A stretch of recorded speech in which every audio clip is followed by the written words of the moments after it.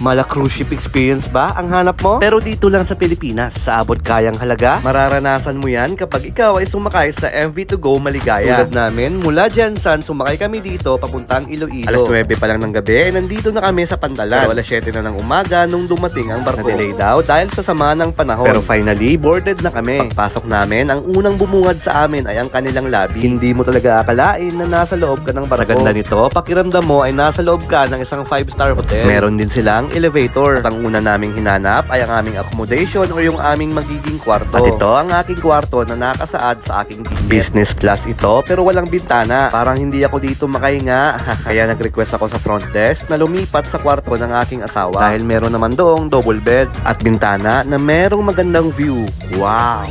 Bawat kwarto ng business class ay merong flat screen TV. Wala lang talagang banyo. Pero wag mag-alala dahil malapit lang naman ang kanilang CR. At sa wakas, nakaalis na rin ang barko. Aabutin pala ng halos 24 hours ang biyahe mula Jensan papuntang Iloilo. Sa haba ng biyahe, sigurado hindi ka naman dito maboboard. Marami ka rin mabibili dito ng mga souvenir items dahil meron silang souvenir shop at meron din silang tindahan ng Miniso. Meron din pala silang Watsons at Quick Mart kung gusto mong bumili ng mga snack. At kung gusto mong mag-relax at magpaganda, huwag mag-alala dahil meron silang salon. Meron din silang coffee shop para sa mga coffee lover at meron din mga sweets. At ito ang kanilang dining area, ang kanilang Island Fiesta para sa mga pasahero na nasa Mega Value at nasa tourist accommodation. At ito naman ang kanilang Horizon Cafe. Dito naman kumakain ang mga pasahero na nasa business class. Siyempre, dito kami kumain ng almusal, tanghalian at hapunan. Sigurado ako, lahat ng pagkain dito ay masarap. Meron din silang KTV rooms. At siyempre, clinic. Sapit ng hapon, pag hindi na mainit, pwede ka na rin tumambay sa kanilang sundeck. Matatanaw mo ang napakaganda at napakalawak na karagatan. At syempre, huwag kalimutang mag-TikTok. Woo!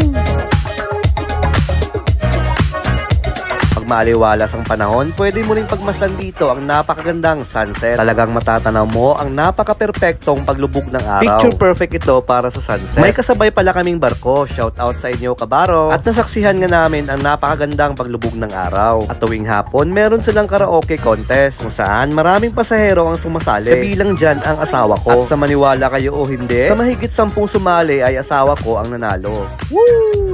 Congrats, bebe! Pagsapit ng gabi, pagkatapos mag-dinner, pwede niyong yayain ang buong tropa para tumambay sa kanilang KTV room at maggantahan. Pero kung party ang hilig, sa kanilang dining area tuwing gabi ay merong mga music entertainer. Wala palang wifi sa barko na to. Bihira lang din ang signal para magka-data. Kaya ito ang tamang oras para makabanding ang buong tropa. Pwede ka rin magkipagkaibigan sa ibang mga pasahero. Kung ikaw ay nag-iisa at kung mahilig ka sa pagkanta, pwede ka rin makijam. O, panoorin niyo yung tito nyo.